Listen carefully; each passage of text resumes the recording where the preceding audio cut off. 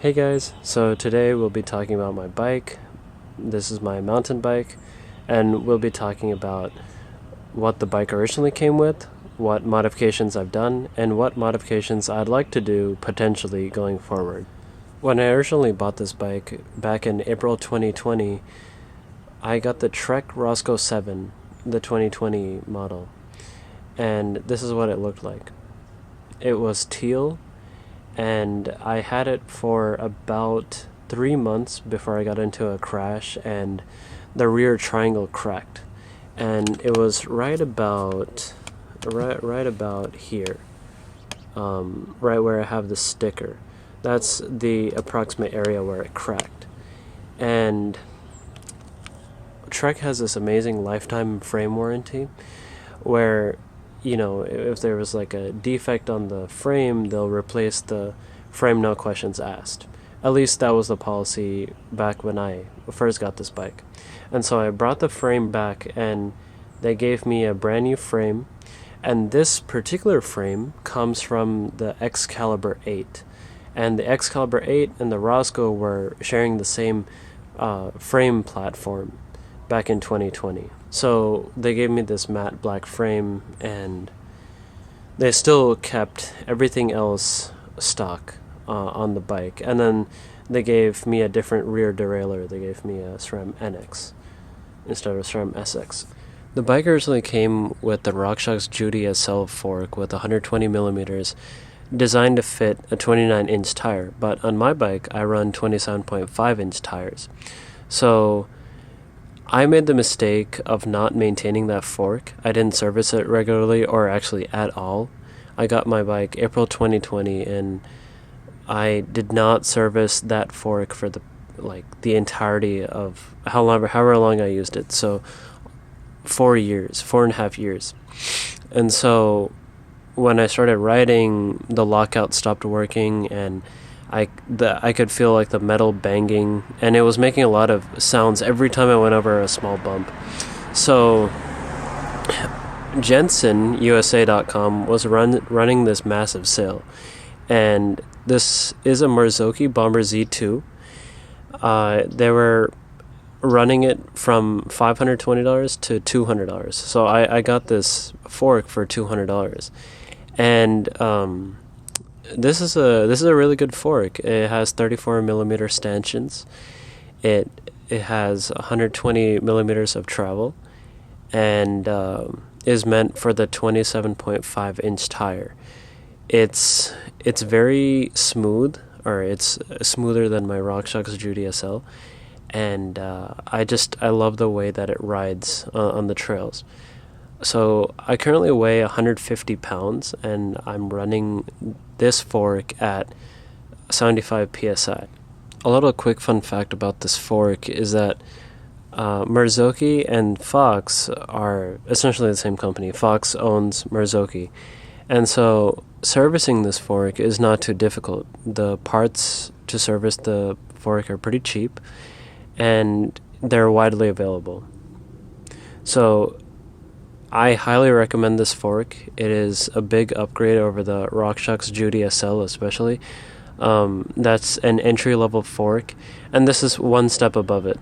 For the most part, though, you really can't beat this deal. I mean, $200 for this, or even $520 for this retail, is a great price, just because it's so similar to the other lower-end Fox forks.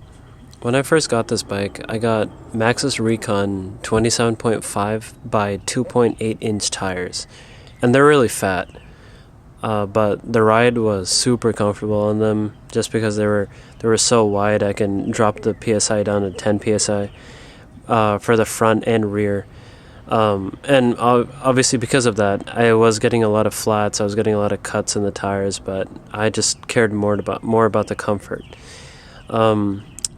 I rode on those for about 1,600 miles before I switched to these. And when I say 1,600 miles, I switched to these Bontrager XR5 Team Issue Edition, 27.5 by 2.5-inch tires, probably last October, front and back.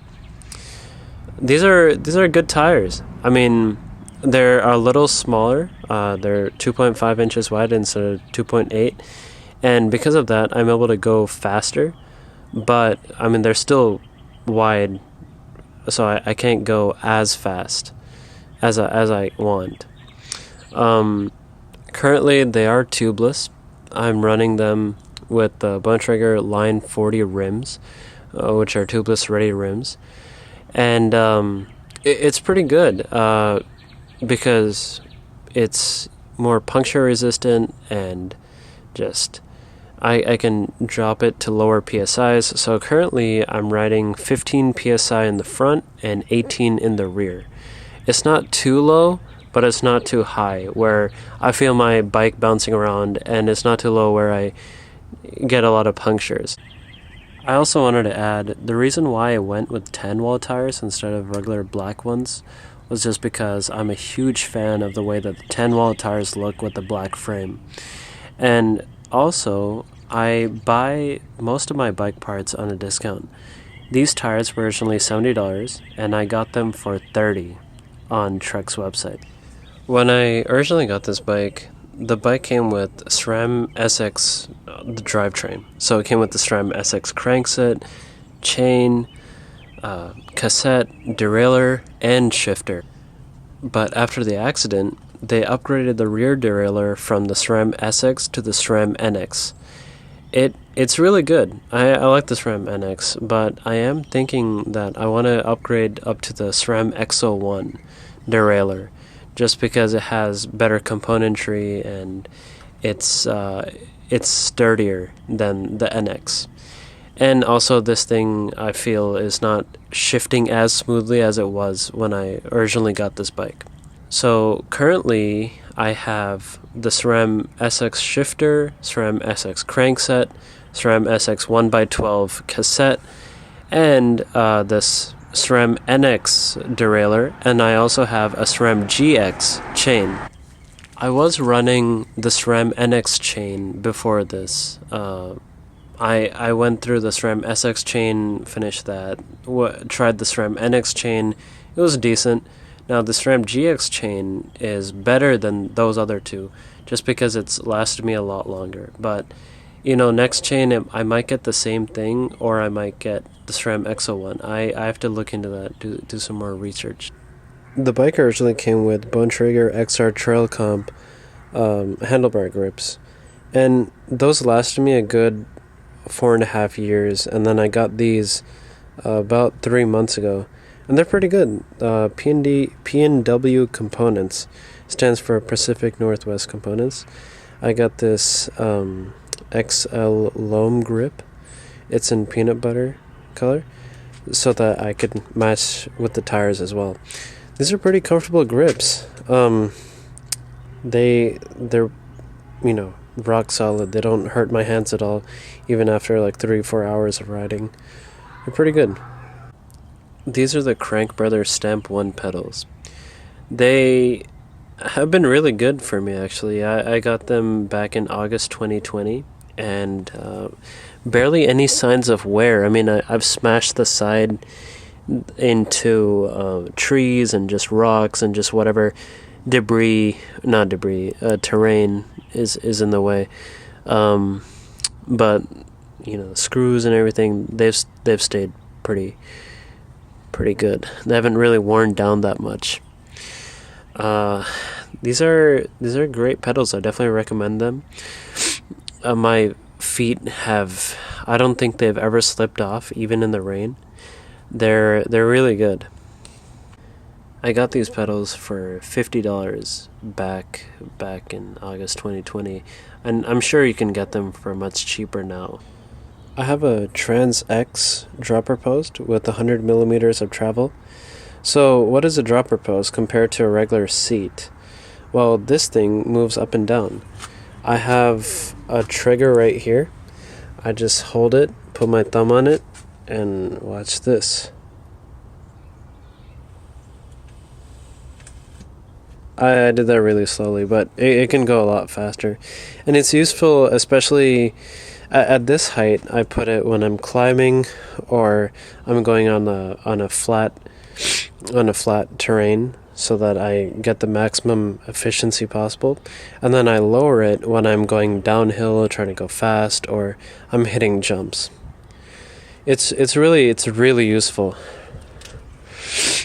And then my gearing is on the right side here. Unlike other beginner bikes, this one doesn't have the numbered gearing. You just have to feel it out. To track all of my rides, I use an app called Strava. And in Strava, they have these things called challenges. Basically, can you bike 600 kilometers in a month? Or Trek used to run this challenge called the Trek Century Challenge. It's basically, can you ride 100 miles in a month?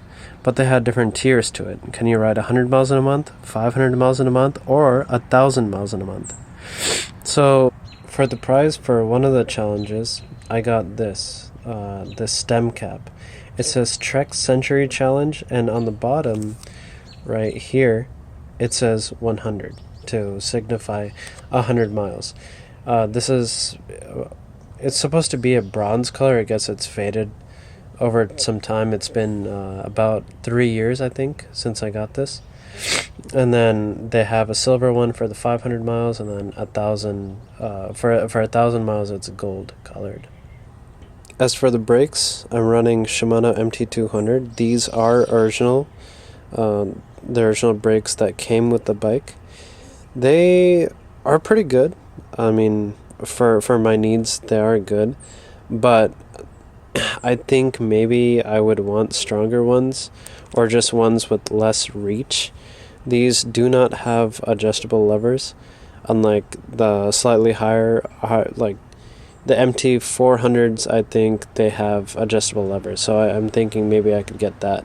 It's not too much more expensive. Let's see, I have to pull all the way back for them to engage, whereas those can be instant. I don't have to reach that far. So overall, I love this bike a lot, and I love the geometry on it. It's the perfect bike for me. I've tried a whole bunch of other bikes, and I feel like this bike just fits me the best. I think it's a really good hardtail, and I think I'll stick with hardtails for the foreseen future.